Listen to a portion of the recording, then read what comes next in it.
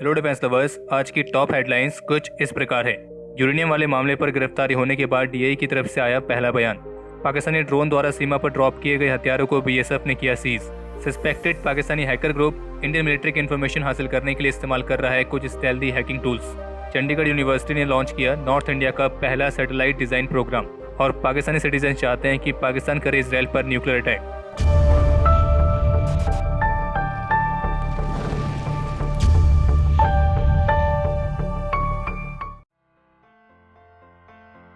Maharashtra ATS ने जो 7.1 kilogram तक का नेचुरल यूरेनियम सीज किया था, तो इस मामले पर गिरफ्तारी होने के बाद अब पहली बार डिपार्टमेंट ऑफ एटॉमिक एनर्जी की तरफ से इस पर बयान आया है, जिसमें उनका कहना है कि जो ये नेचुरल यूरेनियम है वो रेडियो एक्टिव एलिमेंट है जो कि अल्फा पार्टिकल्स को एमिट करता है, लेकिन इन पार्टिकल्स को एक पतली सी पेपर शीट या फिर ह्यूमन स्किन द्वारा आसानी से रोका जा सकता है। पर हाँ, अगर इस नेचुरल यूरेनियम को निगल लिया जाए, यानी कि उसे कोई खा ले, तो उससे उस लिविंग बीइंग को नुकसान हो सकता है। और डीआई का कहना है कि इस मामले की जांच जारी है और जो यूरेनियम सीज हुआ है वो वर्तमान समय में उनकी कस्टडी में है। बाकी इसमें यह भी बताया गया है कि नेचुरल यूरेनियम का इस्तेमाल न्यूक्लियर पावर जनरेशन में फ्यूल की तरह किया जाता है, और जबकि टेलीथेरेपी यूनिट्स में शील्डिंग मटेरियल और एयरक्राफ्ट में एक काउंटरवेट मटेरियल की तरह भी इसका नॉन न्यूक्लियर इस्तेमाल होता है। और इसके अलावा एक रिपोर्ट यह है कि चाइनीज वायरस की सेकेंड वेव का सामना करने के लिए इंडियन आर्म फोर्सेज द्वारा अब बैटलफील्ड नर्सिंग असिस्टेंट्स का इस्तेमाल किया जा रहा है। और ये भी सजेस्ट किया गया है कि बिल्कुल इसी तरह का मॉडल स्टेट गवर्नमेंट और हॉस्पिटल्स में भी फॉलो किया जाएगा।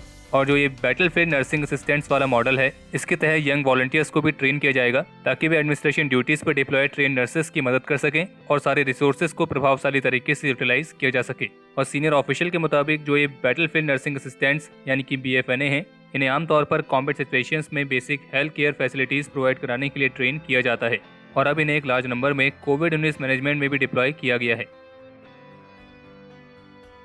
अभी हाल ही में थ्रेट इंटेलिजेंस यूनिट सिस्को टेलॉस की तरफ से एक रिसर्च रिपोर्ट जारी की गई है, और जिसमें बताया गया है कि ट्रांसपेरेंट ट्राइब नाम के एक स्पाइंग ग्रुप ने अपने हैकिंग टूल्स के यूजेस को और बढ़ा दिया है, और जिसका इस्तेमाल वे कंप्यूटर से डेटा चुराने और स्क्रीनशॉट्स लेने के लिए करते हैं। हालांकि टेलॉस ने अपनी इस रिपोर्ट में पाकिस्तान का कोई अलग से नाम नहीं लिया है, लेकिन इसी रिपोर्ट को कोट करते हुए साइबर स्कूप ने कुछ सिक्योरिटी रिसर्चर्स के हवाले से इस बात की जानकारी दी है कि जो ये ट्रांसपेरेंट ट्राइब ग्रुप है, इसको लेकर शक है कि ये पाकिस्तानी गवर्नमेंट के बिहाफ पे ही ऑपरेट होता है, यानी कि इस बात का संदेह है कि ये पाकिस्तानी हैकर्स का ग्रुप है। और जबकि टेलॉस की रिपोर्ट में ये जरूर कहा गया है कि ये ट्रांसपेरेंट ट्राइब नाम के हैकर्स के ग्रुप ने इंडियन गवर्नमेंट के कंप्यूटर नेटवर्क्स को हिट करने की कई बार कोशिश की है। और अब जो ये हैकर्स हैं, ये इंडियन मिलिट्री पर्सनल की इन्फॉर्मेशन के अलावा उससे आगे भी कुछ और हैक करने की कोशिश में है, जिसमें डिफेंस कॉन्ट्रैक्टर्स, इंडियन गवर्नमेंट द्वारा स्पॉन्सर्ड किए जाने वाली कॉन्फ्रेंस में शामिल होने वाले अटेंडीज, इन सब के बारे में जानकारी लेने की कोशिश कर रहे हैं। और जबकि इसी तरह की एक रिसर्च रिपोर्ट पहले भी email security firm proof point की तरफ से भी जारी की गई थी,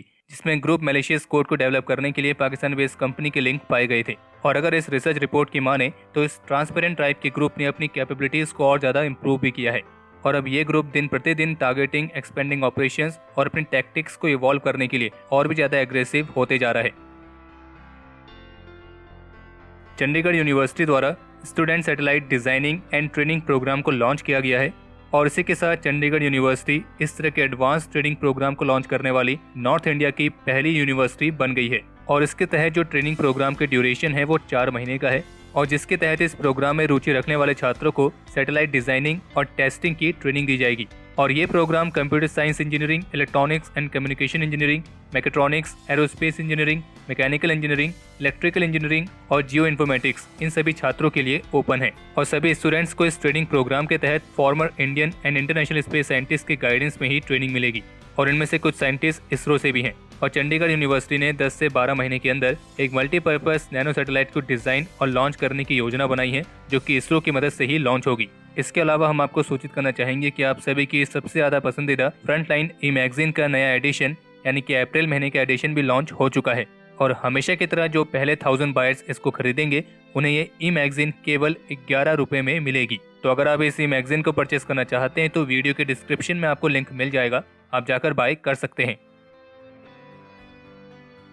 आज शुक्रवार को बीएसएफ ने जम्मू कश्मीर में सांबा डिस्ट्रिक्ट की बॉर्डर बेल्ट से AK-47 राइफल, पिस्टल और कुछ एम्यूनिशंस को रिकवर किया है, जो कि संभावित रूप से पाकिस्तानी ड्रोन्स द्वारा यहां पर ड्रॉप किए गए थे। और जो आर्म्स एंड एम्यूनिशन रिकवर हुए हैं वे पीले कलर की पॉलिथीन में रैप किए हुए थे। और इन रिकवरीज में AK-47 राइफल के अलावा एक 9mm की पिस्टल, एक पिस्टल मैगजीन, 15 बुलेट राउंड और एक वुडन फ्रेम भी बरामद हुआ है जो कि ड्रोन के पेलोड को सपोर्ट करने के लिए इस्तेमाल होता है। और ऑफिशियल्स के मुताबिक संभावित रूप से पाकिस्तान का ये ड्रोन इन हथियारों को यहाँ ड्रॉप करके वापस से पाकिस्तान की टेरिटरी में चला गया है। हालांकि ड्रोन्स का इस्तेमाल करके पाकिस्तान से भारत में हथियारों की स्मगलिंग करने का जो ये मामला है ये कोई नया नहीं है, बल्कि इससे पहले भी कई बार इस तरह के मामले हुए हैं। बाकी जैसा कि पिछले डिफेंस अपडेट में हमने आपको बताया था कि आर्मी के बेस हॉस्पिटल दिल्ली कैंटोनमेंट के कमांडेंट मेजर जनरल वासुवर्धन के अचानक ट्रांसफर से कई तरह के सवाल उठ गए थे। हालांकि आर्मी की तरफ से स्टेटमेंट जारी करके तो ये कहा गया था कि उनका जो ट्रांसफर हुआ है वो एक रूटीन प्रोसेस का हिस्सा है, लेकिन सोशल मीडिया पर उनके इस ट्रांसफर को लेकर ऐसी कई सारी बातें सामने आ रही हैं, जिसमें यह कहा जा रहा है कि उनका ये ट्रांसफर इसलिए किया गया है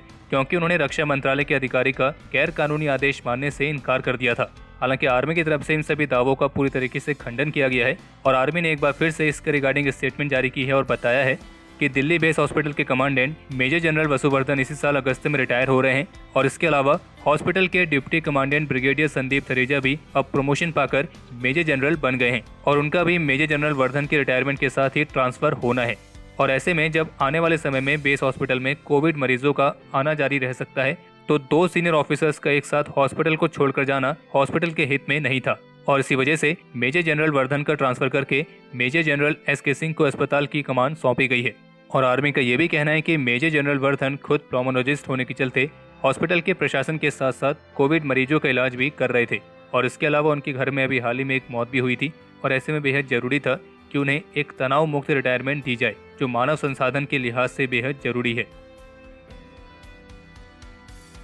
हमास आतंकियों द्वारा जो इजराइल पर रॉकेट फायर किया गया था, इसमें केरल के रहने वाली एक इंडियन सिटीजन की भी डेथ हुई थी। तो अब इजराइल की तरफ से कहा गया है कि जिन इंडियन सिटीजन की इसमें डेथ हुई थी उनकी बॉडी को शनिवार तक उनकी नेटिव प्लेस तक भेज दिया जाएगा और इजराइल एम्बेसडर इन इंडिया ने उनकी फैमिली से बात भी करी है और उनके लिए अपना पूरा सपोर्ट दिखाया है। और जिस इंडियन वीमेन की इस हमले में डेथ हुई है उनका नाम है सौम्या संतोष और ऑफिशियल का कहना है कि जो भी हुआ उसके मुआवजे में इजरायली अथॉरिटीज सौम्या संतोष की फैमिली की देखभाल करेगी। हालांकि इस फैमिली ने जो खोया है उसको किसी भी तरह के मुआवजे से पूरा तो नहीं किया जा सकता है, लेकिन इजराइल की तरफ से उस फैमिली को जो भी सपोर्ट चाहिए होगा उन्हें मिलेगा। और जबकि इजराइल और फिलिस्तीन के बीच जो विवाद चल रहा है इस पर सबकी अपनी अपनी राय है, कोई इजराइल को सपोर्ट कर रहा है तो कोई फिलिस्तीन को, लेकिन कुछ ऐसे भी हैं जो बिना सर पैर की बातें भी कर रहे हैं। और ऐसा भी हाल ही में पाकिस्तान प्रधानमंत्री इमरान खान के ट्वीट के कमेंट सेक्शन में देखने को मिला था, जब उनके कुछ सिटीजन अपने प्रधानमंत्री से आग्रह कर रहे हैं कि इजराइल को सबक सिखाने के लिए न्यूक्लियर अटैक का ऑर्डर दे दें और इजराइल के खिलाफ अपनी न्यूक्लियर पावर का इस्तेमाल करें। हालांकि वो बात अलग है कि इजराइल के मामले में सार्वजनिक रूप से नहीं कहा गया है कि इजराइल एक न्यूक्लियर पावर्ड कंट्री है,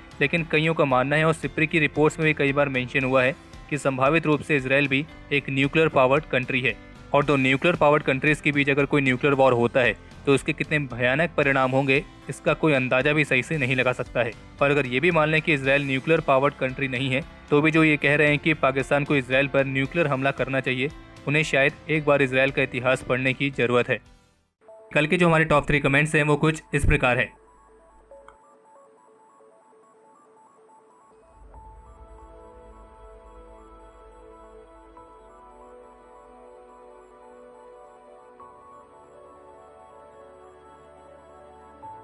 तो हमारे आज के इस एपिसोड के लिए इतना ही, और अगर आप इस वीडियो को यहाँ तक देख चुके हैं तो इसे लाइक करे बिना कहीं ना जाएं। बाकी इस एपिसोड को लेकर आप अपने सजेशंस और क्वेरीज कमेंट सेक्शन में शेयर कर सकते हैं और अगर आप उनमें से हैं जिन्होंने अभी तक इस चैनल को सब्सक्राइब नहीं किया है तो इस चैनल को सब्सक्राइब करना ना भूलें।